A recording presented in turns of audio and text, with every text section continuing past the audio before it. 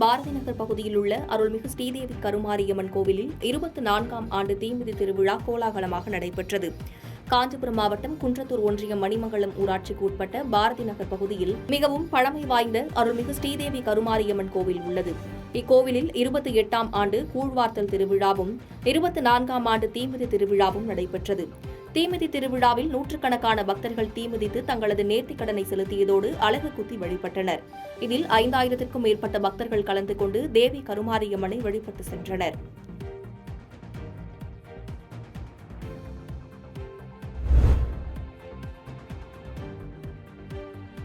உத்திரமேரூர் அருகே ஸ்ரீ திருசூலகாளியம்மன் கோவிலில் தீமிதி திருவிழா வெகு விமர்சையாக நடைபெற்றது.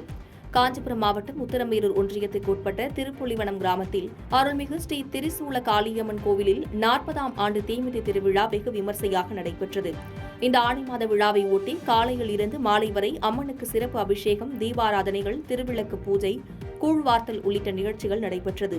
அதைத் தொடர்ந்து திரளான பக்தர்கள் தீமிதித்து நேர்த்திக்கடனை செலுத்தினர். இந்த தீமிதி திருவிழாவில் திருப்புலிவனம் கிராமத்தை சுற்றியுள்ள 500க்கும் மேற்பட்ட பக்தர்கள் பங்கேற்று சுவாமி தரிசனம் செய்தனர்.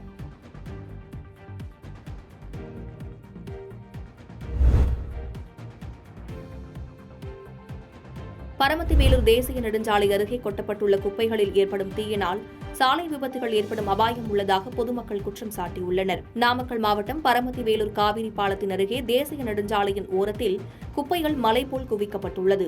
இந்நிலையில் அப்பகுதியில் கொட்டப்பட்டுள்ள குப்பைகளில் அடிக்கடி தீ விபத்துகள் ஏற்பட்டு தேசிய நெடுஞ்சாலை முழுவதும் புகைமூட்டமாக காணப்படுகிறது.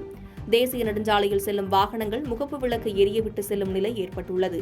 மேலும் வாகனங்களில் செல்ல முடியாத நிலை ஏற்பட்டுள்ளதால் புகைமூட்டத்தினால் விபத்துகள் ஏற்படும் சூழ்நிலை உருவாகியுள்ளது. மேலும் குப்பைகளை கொட்ட வேறு இடத்திற்கு மாற்றம் செய்ய வேண்டும் என வாகன ஓட்டிகளும் பொதுமக்களும் மாவட்ட நிர்வாகத்திற்கு கோரிக்கை விடுத்துள்ளனர்.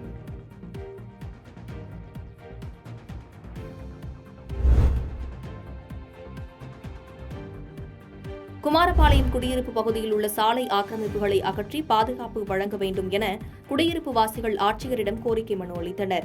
நாமக்கல் மாவட்டம் குமாரபாளையம் நகராட்சிக்கு உட்பட்டது 23வது புதிய வார்டு. இதில் ஏற்கனவே வீட்டுமனை நிலங்களாக பிரிக்கப்பட்டு பரமகவுண்டர் நகர் என்று இயங்கி வருகிறது.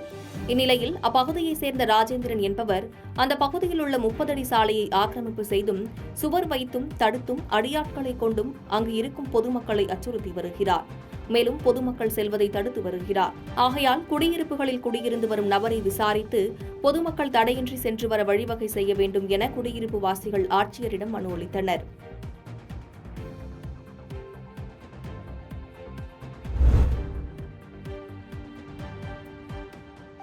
திருச்சுழி குண்டாற்றில் நடைபெற்ற ஆடித்தபசு திருவிழாவில் ஆயிரக்கணக்கான பக்தர்கள் கலந்து கொண்டு சுவாமி தரிசனம் செய்தனர். விருதுநகர் மாவட்டம் திருச்சுழியில் உள்ள அருள்மிகு ஸ்ரீ துணைமாலை அம்மன் சமேத திருமேனிநாதர் சுவாமி திருக்கோவிலில் ஆடித்தபசு விழா கடந்த 12ஆம் தேதி கொடியேற்றத்துடன் தொடங்கியது. இந்நிலையில் 10ஆம் நாள் நிகழ்ச்சியான தபசு நிகழ்ச்சியானது திருச்சுழி குண்டாற்றில் வெகு விமர்சையாக நடைபெற்றது. இறுதி நிகழ்ச்சியாக சுவாமி மற்றும் அம்மன் திருவீதி உலா சென்று பக்தர்களுக்கு காட்சியளித்தவாறு திருக்கோவிலை சென்றடைந்தனர்.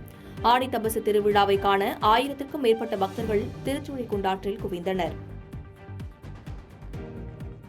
பாதகம் செய்பவரை கண்டால் நாம் பயங்கொள்ளலாகாது பாப்பா, மோதி மிதித்து விடு பாப்பா, அவர் முகத்தில் உமிழ்ந்து விடு பாப்பா. அண்மை செய்திகளை உடனுக்குடன் தெரிந்து கொள்ள இணைந்திருங்கள் இயம்நாடு தொலைக்காட்சியுடன்.